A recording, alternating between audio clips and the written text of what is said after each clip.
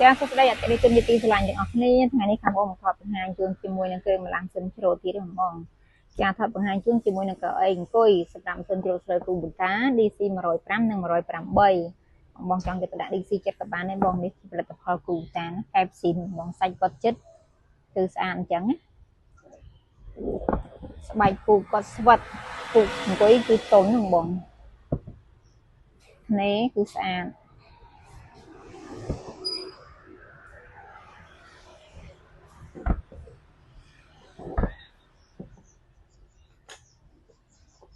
នេះខាងក្រោយនេះខាងក្រោមជើងចាប់មានរន្ធខ្ចៅអញ្ចឹងបងមានលេខកូដនៅខាងក្រោមនិយាយទៅផលិតផលសុទ្ធគឺមានលេខកូដទាំងអស់ជាពិសេសស្វិតណាបងហ្នឹងណាអត់ងាយបាក់ទេ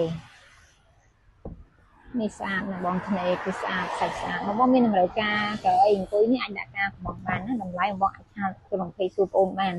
គឺគាត់ទំនាក់ទំនងតាមរយៈលេខទូរស័ព្ទឬក៏លេខ Telegram បងខ្លះគាត់នៅតែខ្លាចខាញ់ខ្លាចទិញអីវ៉ាន់ពេលលុយមកអត់បានអីវ៉ាន់អញ្ចឹងបងចង់បានអីវ៉ាន់ដល់ដៃចាំទូទាត់អូខេបានបងណាអីវ៉ាន់ដល់ដៃបងទូទាត់ជាមួយនឹងវីរៈបុណ្យខំក៏បានទូទាត់ជាមួយនឹងបងអូនក៏បានដែរ